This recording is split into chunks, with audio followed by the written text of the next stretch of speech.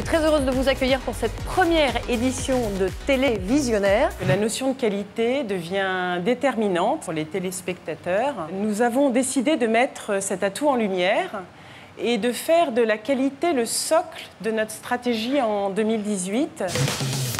Et notre première table ronde va réunir des intervenants venus d'horizons très divers. Pour moi, la qualité, c'est de la création de valeur durable. Je tiens beaucoup au côté durable. Ce qui est important dans la qualité, c'est la régularité, quoi. Et de faire bien une fois, c'est très bien, mais il faut faire bien tout le temps. Et la qualité que vous avez eue, c'est de nous rendre cette facilité en tant que nous, restaurateurs, où on met cette capsule, on ferme, on appuie sur un bouton et on sait qu'on a une qualité de café qui est là et qui est régulier, quoi. Je pense que la qualité dans mon métier, elle est relative, parce qu'elle dépend toujours du contexte, elle dépend de la marque. Il y a une ambition qu'on peut avoir, effectivement, de qualité de service. Et je pense que dans tous les métiers de service, on a cette ambition-là d'une expérience qui doit être belle et magnifique. Moi, ça m'intéresserait de voir comment vous faites pour réussir à gérer cette réalité qui est souvent, malheureusement, loin de l'ambition qu'on peut avoir. C'est vraiment mettre la qualité, la satisfaction client au cœur de notre projet managérial. Beaucoup de bienveillance dans cette table ronde. Merci. Mariette Darigrand, bonjour, merci beaucoup d'être avec nous. Bonjour.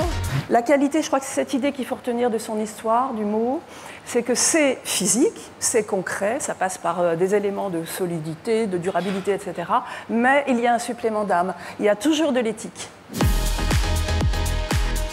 Une télévision de qualité. Sur France 3, on est dans le complexe et c'est bien le signe qu'on est bien sur le service public. Sinon, ça serait trop simple et d'autres le feraient. Vous avez une partie en région et puis vous avez une entité nationale qui raconte aussi les régions avec la puissance du national, avec les moyens du national. L'exigence d'une haute qualité sur France 2, elle est particulièrement d'une qualité pour le plus grand nombre. Toujours la chaîne de la connaissance, France 5. Michel Simès a coutume de dire à France 5, on dit des choses sérieuses sans se prendre au sérieux. C'est la force en fait de France 5, se saisir de contenus vraiment très forts et d'arriver à les donner, à les partager au plus grand nombre. Il y a aussi un autre travail qui est d'harmoniser ces grilles et de donner pour tous les spectateurs une offre qui soit profondément complémentaire. J'appelle Florent Dumont et Patrick Van Blum. Comment mesurer objectivement, vraiment, cette perception de qualité à la télévision? Aujourd'hui, l'offre de contenu est abondante. Il y a des standards de qualité qui, pour le public, sont non négociables. La qualité, le premium sont au cœur de la stratégie de l'audiovisuel public.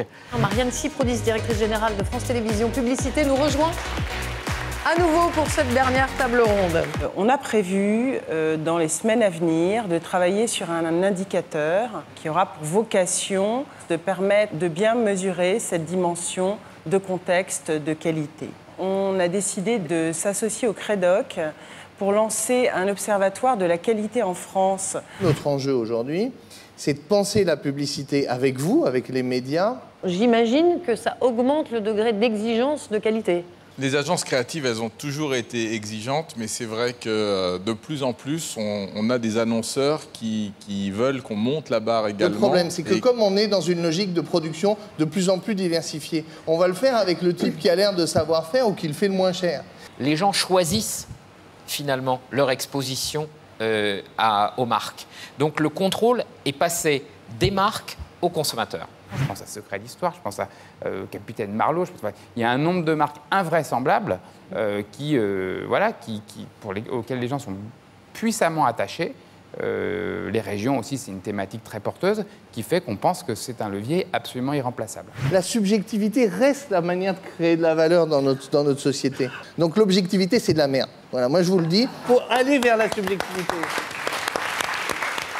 Alors sachez-le, je ne veux pas vous mettre la pression, mais si à la fin des exposés, vous n'avez toujours pas fait la différence entre ce qu'est le qualitatif et le non qualitatif, Christine Angot et Yann Moix viendront vous l'expliquer. Et si vraiment après ça, vous n'êtes toujours pas content, on vous oblige à être suivi pendant toute la journée par Élise Lucet. Ouais, ah bah ouais, mais c'est motivant quand même ça.